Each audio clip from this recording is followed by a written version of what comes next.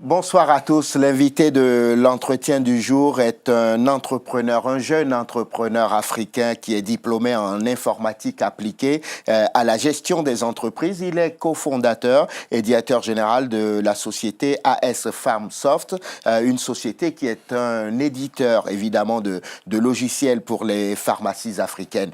Hilarian Salakor, bonsoir. Bonsoir Ahmed. Merci d'avoir accepté notre invitation. Il y a 2 ans, quand je vous ai fait venir ici sur ce plateau, dans cette même émission, vous veniez de lancer un logiciel de gestion conçu et commercialisé par votre entreprise. C'est ça, hein? C'est bien cela. 2 ans plus tard, où en êtes-vous?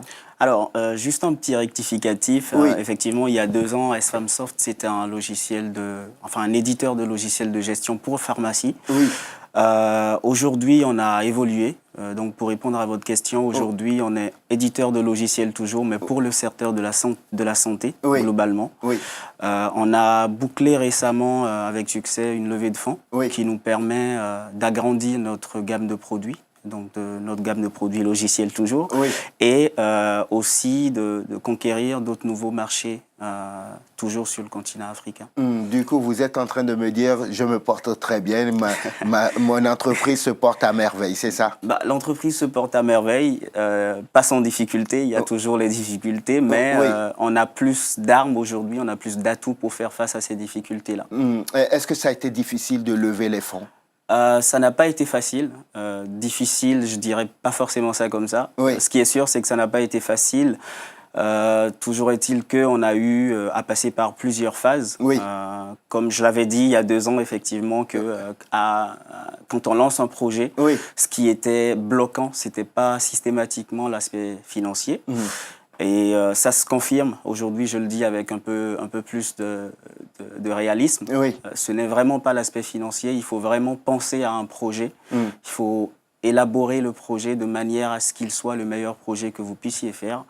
Et après, la levée de fonds et l'acquisition des clients, tout ce qu'il faut, n'est qu'une suite logique pour l'avancée de la société. Et j'avais souvenir que parallèlement à ce logiciel de gestion, vous aviez lancé une application où les deux étaient de pair en fait. Les deux étaient de pair. Alors parallèlement à AS Pharm, enfin le logiciel de gestion c'est AS Pharm. Et puis on avait lancé effectivement AS Pharm On Road, donc AS Pharm sur la route, qui est une application métier qui est à destination des professionnels de santé, donc du pharmacien, et qui lui permet en fait, en étant même hors de l'officine, de son officine, même en étant, je suppose, un pharmacien béninois en étant en France, peut en temps réel gérer ses stocks, suivre les ventes en cours, gérer un certain nombre de ressources de la pharmacie sans être forcément présent. Et elle fonctionne toujours, cette application, ou elle n'existe plus? Elle fonctionne toujours, très bien. Aujourd'hui, AS Pharm, on a commencé il y a 2 ans. Aujourd'hui, on a un peu plus de 20% de part de marché au Bénin, avec beaucoup de sollicitations dans les pays frontaliers, à savoir la Côte d'Ivoire, le Sénégal, le Mali, le Niger, le Togo. On a beaucoup de sollicitations, donc l'application... Vous êtes en train de trouver votre clientèle, c'est ça? On est en train de trouver notre clientèle, ou plus précisément de la consolider, j'ai envie de dire. Vous disiez à l'époque, il y a 2 ans, que ce n'était pas l'argent qui faisait les idées, qui créait une entreprise, mais c'était plutôt les idées qui faisaient de l'argent. C'est ça que vous disiez à l'époque? C'est bien cela, et je continue par le dire. La preuve, vous avez lancé une nouvelle application, c'est ça? C'est ça. Vous avez trouvé une nouvelle idée pour vous faire encore plus d'argent. Alors, cette fois-ci, c'est une idée qui vient un peu, enfin, c'est une application qui vient un peu en continuité de ce qu'on avait commencé par faire. L'argent, effectivement, il faut aller le chercher, non pas chez les investisseurs, mais plutôt chez les clients. Donc, trouver les clients, consolider sa position. Une fois que ça s'est fait, on peut maintenant, une fois que le modèle est bien défini, on peut aller vers des investisseurs pour avoir plus de moyens, pour mieux se concentrer sur le développement. Et donc, c'est dans ce cadre-là, aujourd'hui, qu'on a lancé une application mobile, mais cette fois-ci à destination du grand public, AS Santé, qui se veut être une application collaborative. Collaborative en ce sens que nous, on fournit, nous, AS Pharmsoft, on fournit la solution. Derrière, on attend des professionnels de santé qu'ils puissent fournir l'information pour que cette information soit in fine exploitée par la population. Oui. Ce que vous dites est un jargon pour moi. On va essayer d'aider nos téléspectateurs pour qu'ils comprennent très bien. Vous avez donc créé une nouvelle application de santé à destination du grand public, dites-vous. Et elle sert à quoi concrètement cette application? Alors, AS Santé, c'est une application mobile disponible sur Android aujourd'hui et sur iOS sur Apple Store dans quelques jours. Oui. Elle sert, son utilisation est toute simple. Je suis béninois. Oui. Je vais en vacances, je dis n'importe quoi, en Côte d'Ivoire. Je ne connais pas du tout Abidjan. Oui. La nuit, j'ai un mal de ventre Oui. ou un mal de tête. Je prends AS Santé. Je dois avoir le réflexe. C'est ce qu'on a pris l'habitude de dire, un réflexe AS Santé. Oui. C'est que je prends AS Santé. J'ai la possibilité, avec mon smartphone, de me géolocaliser, de voir les pharmacies de garde autour de moi, de voir les pharmacies qui sont en mesure de m'offrir le service que j'attends. Oui. De pouvoir contacter ces pharmacies-là. Et selon les réglementations, on a déjà la fonctionnalité qui est développée. Selon les réglementations de chaque pays, j'aurai la possibilité de consulter la disponibilité d'un tel produit dans la pharmacie en question. Pardonnez-moi, je ne veux pas vous choquer ni vous décourager. Ce n'est pas la première application de ce genre qui existe. Alors du coup, je me dis, à quoi ça sert de faire une nouvelle application alors qu'il en existe d'autres déjà? Oui, alors il en existe certainement d'autres, oui, mais qui ne font pas forcément la même chose. Nous, on a un positionnement bien défini. Oui. Et ce positionnement-là, c'est qu'on offre une application qui est complètement gratuite, et pour le grand public et pour les professionnels de santé. Oui. Les professionnels de santé pourront, eux, en fait, monitorer l'information comme ils veulent via une plateforme www.as-santé.africa. Oui. C'est une plateforme sur laquelle les professionnels de santé, donc pharmaciens, médecins, se connectent, créent un compte pour pouvoir monitorer l'information. Elle est complètement gratuite. Quand vous dites monitorer, ça veut dire quoi? Ça veut dire que tout simplement, c'est le pharmacien lui-même qui pourra, par exemple, dire quelle est la disponibilité de paracétamol qu'il a dans son officine. Oui. Ce n'est en aucun cas à nous de le faire. Oui. C'est une première différenciation, c'est que c'est une plateforme vraiment collaborative. La deuxième différenciation, comme je le disais tantôt, c'est que l'application est gratuite et pour les professionnels de santé et pour le grand public. Oui. Et derrière, ça c'est une fonctionnalité dont on a parlé, mais derrière, aujourd'hui, on a beaucoup d'autres usages, beaucoup d'autres services. Oui, comme par exemple, lesquels, par exemple? Comme par exemple la possibilité de gérer une boîte à pharmacie locale à la maison. Oui. C'est-à-dire, je sais en temps réel combien de boîtes de Doliprane j'ai chez moi avec les dates de péremption de ces dates-là. Comme un pilulier, par exemple, qui permet, quand j'ai pour ceux qui suivent des traitements, quand j'ai ces traitements-là, de pouvoir programmer les prises et de me faire aider par mon smartphone. Oui. Est-ce que vraiment cette application répond à un besoin? Est-ce que ça répond à quelque chose, une attente de la part, par exemple, du grand public dont vous parlez?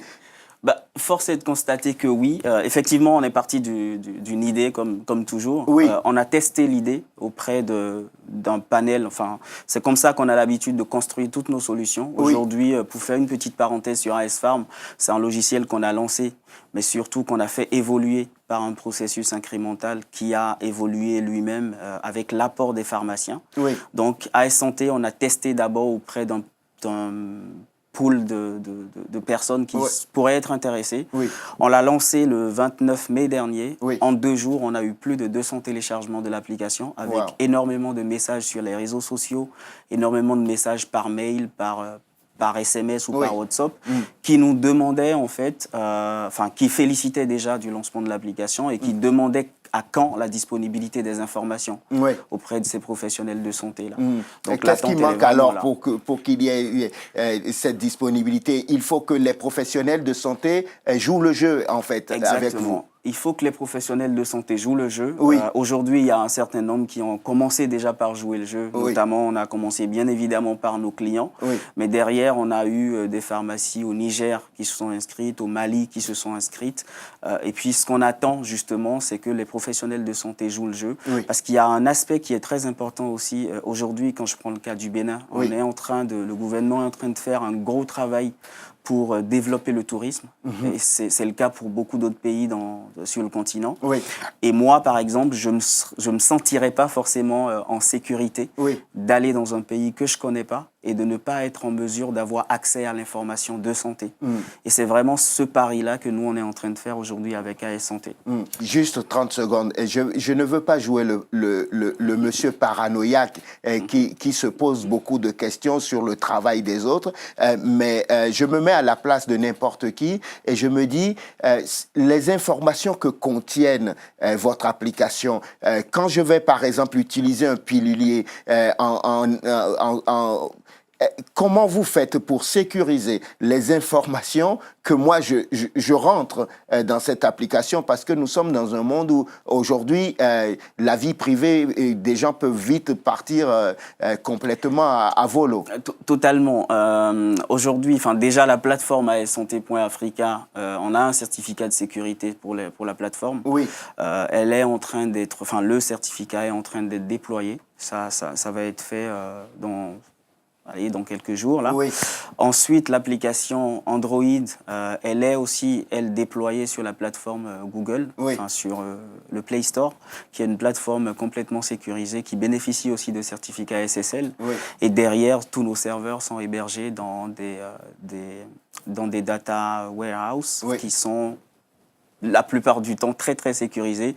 Nous, on a opté pour, je ne vais pas faire de la publicité ici, mais on a opté pour un hébergeur de données qui est très très connu et qui est connu pour justement son niveau de sécurité par rapport aux données qu'ils hébergent. Oui, donc ces données-là, on est sûr qu'elles ne vont pas tomber dans les mains de personnes qui auraient d'autres intérêts qui ne seraient pas les nôtres. On est sûr que ça ne tombera pas. On ne peut pas être à 100% sûr dans la technologie, mais on est sûr jusque-là. Et puis, toutes les façons, quand je crée un pilulier, pour créer un pilulier dans AS Santé, il y a un certain nombre de fonctionnalités dans le pilulier, par exemple, où c'est obligé de créer un compte avant de pouvoir créer le pilulier. Une fois que le compte est créé, il n'y a que vous qui avez accès. Nous, on ne connaît pas les mots de passe, on ne connaît pas l'utilisation. Quel est votre intérêt à créer une telle application et comment vous rentrez dans vos fonds après? Alors, il faut savoir que nous, aujourd'hui, j'ai parlé de AS Pharm un peu rapidement tout à l'heure, mais AS Pharm, on avait commencé à 2 il y a 2 ans. Aujourd'hui, on est une vingtaine de personnes. On a fait une levée de fonds récemment. On s'est concentré, on a fait le choix de se concentrer aujourd'hui sur le secteur de la santé parce qu'il y a énormément à faire. Et puis, on ne vient pas, on n'est pas du tout médecin, on n'est pas professionnel de santé, mais on ne vient pas vers la santé juste comme ça. Il y a forcément un intérêt. Et cet intérêt pour nous, en fait, en lançant AS Pharm au début, c'était de faire en sorte que les pharmaciens puissent mieux gérer leur stock, mieux gérer leur officine pour pouvoir se consacrer davantage au conseil patient. Et c'est toujours dans ce cadre-là, en fait, on poursuit dans ce cadre-là. On est en train de sortir aussi AS Clinique pour permettre la même chose aux hôpitaux et cliniques. Et AS Santé, aujourd'hui, financièrement, dans l'état actuel, on ne gagne absolument rien. C'est vraiment une façon pour nous de rendre un service qui est, je dirais pas inexistant, mais qui n'est pas centralisé sur une plateforme, de rendre ce service-là aux populations, tout simplement. C'est n'importe quel pays africain ou pour l'instant vous êtes limité dans une certaine zone? Alors, c'est n'importe quel pays africain. J'entends par là n'importe quel pays francophone. On va...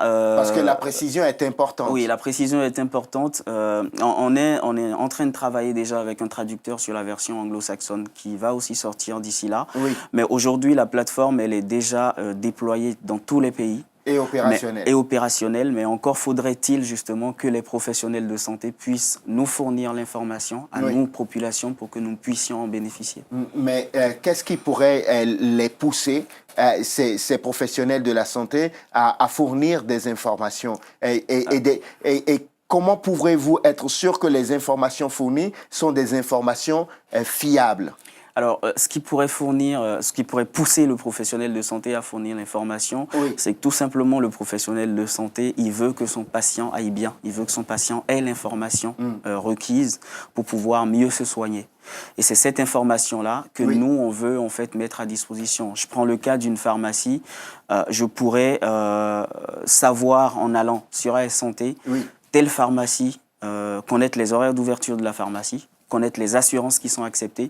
Ça se voit souvent dans tous les pays africains, mais au Bénin, que je connais très bien, ça se voit souvent d'aller dans une officine et c'est à ce moment-là qu'on se rend compte que la prise en charge ou l'assurance qu'on a n'est pas acceptée. Ne fonctionne pas dans cette pharmacie-là. Et donc, vous êtes obligé de faire 2 kilomètres supplémentaires pour aller chercher votre boîte de médicaments. C'est ça. Et du coup, c'est à ça que nous, on veut résoudre. C'est ce problème-là que nous, on veut résoudre dans un premier temps.